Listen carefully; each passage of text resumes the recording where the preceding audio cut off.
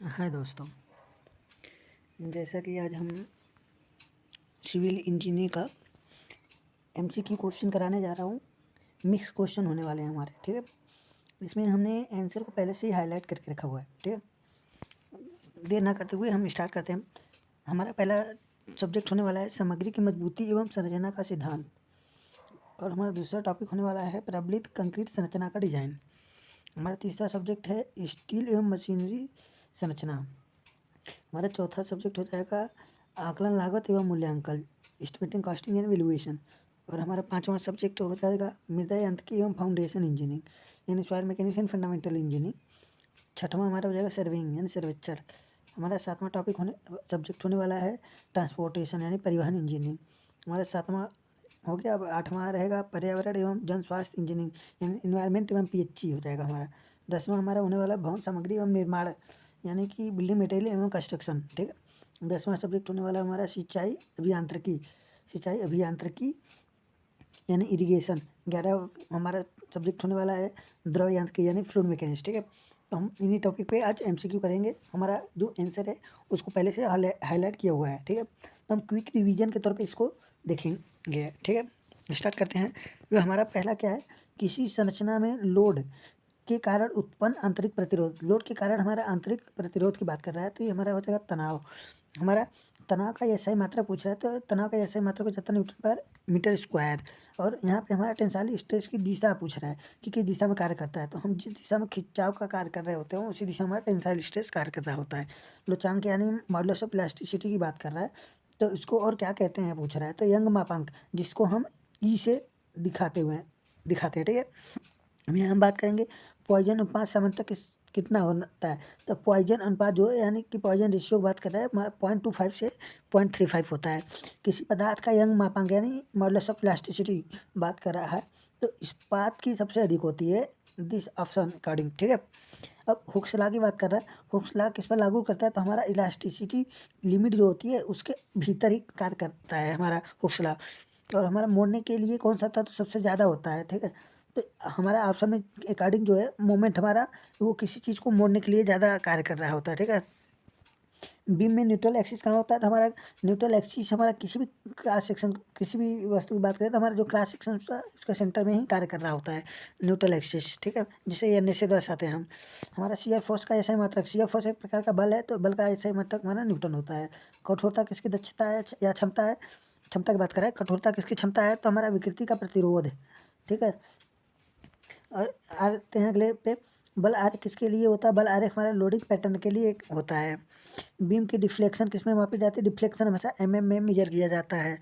प्रबलित कंक्रीट का मूल सिद्धांत क्या होता है, प्रबलित या कंक्रीट की बात करें, अगर एक सादा कंक्रीट होता है, प्रबलित कंक्रीट होता है। जब भी हम स्टील यानी बार का यूज़ कर लेते हैं तब हमारा प्रबलित कंक्रीट हो जाता है। यहाँ पे पूछा है कंक्रीट में कि प्रबलित कंक्रीट का मूल सिद्धांत क्या होता है, तो हमारा जब भी प्रबलित होता है तो हमारा टेंसाइल स्ट्रेंथ को वेरी करता है। तो कंक्रीट संपीड़न लेता है, स्टील हमारा तनाव लेता है, ठीक है।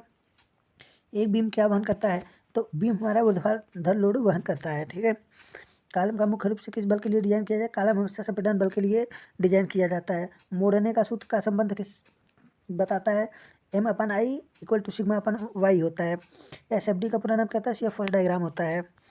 BMD किससे दर्शाता है, तो BMD हमेशा हमारा मोमेंट अरे को दर्शाता है, बेंडिंग मोमेंट डायग्राम इसका पूरा नाम होता है। बीम का अधिकतम शियर कहाँ लगता है, तो हमेशा बीम का जो अधिकतम शियर होता है सिरों पे ही कार्य करता है, किनारों पे। कॉलम की विफलता का मुख्य कारण क्या है, किस कारण होती है, तो कॉलम का हमारी विफलता जो है बकलिंग के कारण होती है। फैक्टर ऑफ सेफ्टी यानी हमारी मार्जिन सुरक्षा की बात कर रहा है, मार्जिन सुरक्षा की बात कर रहा है, ठीक है। शेयर स्ट्रेस कर्व में यील्ड पॉइंट किससे दर्शाता है, यील्ड पॉइंट हमारा स्थायी विकृति की शुरुआत को दर्शाता है। बीम का मॉडुलस ऑफ रप्चर किससे संबंधित है, तो मोड़ने से संबंधित है, मोड़न से संबंधित है, ठीक है। आरसीसी में स्टील का उपयोग क्यों किया जाता है, भी हमने पहले बताया है कि आरसीसी में स्टील हमारा तन्यता के लिए वर्क करता है, जबकि हमारा कंक्रीट जो होता है वो संपीड़न के लिए वर्क करता है। M20 कंक्रीट का अर्थ क्या होता है, M20 कंक्रीट का अर्थ होता है हमारा, ये जो M है हमारा मिक्स को दर्शाता है, ये हमारा जो 20 है वो हमारा करेक्टिव स्ट्रेंथ को दर्शाता है। तो हमारा M20 मतलब हमारा ये कैरेक्टरिस्टिक स्ट्रेंथ का वैल्यू जो होता है उतना ही हमारा कैरेक्टरिस्टिक स्ट्रेंथ होता है। तो M20 मतलब हमारा 20 न्यूटन पर mm स्क्वायर कैरेक्टरिस्टिक स्ट्रेंथ हो गया, ठीक है।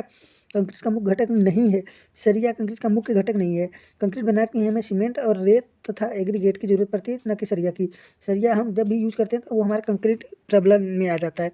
वाटर सीमेंट रेशियो का ऑप्टिमम मान लगभग कितना होना चाहिए, तो हमारा 0.5 होना चाहिए। स्लैब का मुख्य रूप से किसका वहन करती है, स्लैब मुख्य रूप से हमारा बेंडिंग का भार वहन करती है। बीम में स्टील कहाँ रखा जाता है, टेंसाइल जोन में स्टील हमारा यूज करते हैं।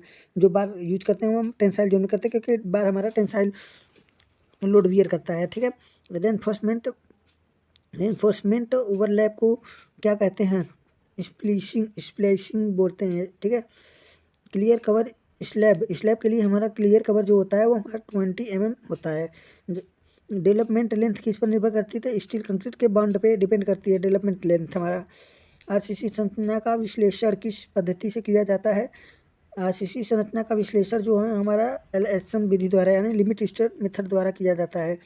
बीम स्तंभ ज्वाइंट में कौन सा स्टील अधिक महत्वपूर्ण है, मेन बात जो होता है वो अधिक महत्वपूर्ण होता है। हमारा शियर एनफोर्समेंट किस रूप में दी जाती है, तो शियर एनफोर्समेंट छल्लों के रूप में, स्टूप्स के रूप में दिया जाता है। आप लोगों ने देखा भी होगा। शियर स्ट्रेंथ किस रूप में दी जाती है, स्टूप ने छल्लों के रूप में। छल्ला आप लोग देखे होंगे एक ऐसे बना के छड़ में ऐसे ये छड़ हमारा होता है, यहाँ ये पहनाया गया होता है, ठीक है। ऐसे हमारा छड़ होता है, ये हमारा छल्ला पहनाया गया होता है, ठीक है। कंक्रीट की कार्य क्षमता किस पे मापी जाती है, कंक्रीट की कार्य क्षमता हमारा मापी जाती है। कार्य क्षमता किससे मापी जाती है, तो VV वैल्यू द्वारा। VV टेस्ट एक होता है, स्लम टेस्ट होता है, एक कॉम्पैक्शन फैक्टर होता है। इन सभी के द्वारा हमारा नापा जाता है कंक्रीट की कार्य क्षमता, ठीक है। आरसीसी का उपयोग कहाँ नहीं किया जाता, आरसीसी लकड़ी की छत में आरसीसी का प्रयोग नहीं किया जाता है। कंक्रीट की क्योरिंग कितने दिनों तक होनी चाहिए, कम से कम 28 दिन में हमारा कहा जाता है कि स्ट्रेंथ 100% हो जाता है, जबकि वो लगातार चलने वाला काम है। स्ट्रक्चर स्टील का मुख्य प्रमुख कार्य क्या है, यानी गुण क्या है, लचीलापन। स्ट्रक्चर स्टील का मुख्य गुण है लचीलापन। स्टील स्ट्रक्चर में ज्वाइंट बनाने के लिए कौन से विश्वसनीय तरीका है, वेल्डिंग स्टील स्ट्रक्चर में ज्वाइंट के लिए सबसे अच्छा तरीका है। स्टील का यील्ड स्ट्रेस लगभग कितना होता है, तो हमारा 250 यानी 250 MPa मेगा पास्कल होता है स्टील का यील्ड स्ट्रेस। स्टील स्ट्रस का उपयोग कहाँ किया जाता है, तो छत में। स्टील स्ट्रस का प्रयोग छत में किया जाता है। स्टील का कोरेजन रोकने के लिए क्या किया जाता है, तो इस पर हमारा पेंटिंग कर दी जाती है या फिर गैल्वेनाइजेशन किया जाता है। जस्ते का एक परत चढ़ा दिया जाता है जिसे गैल्वेनाइजेशन कहते हैं।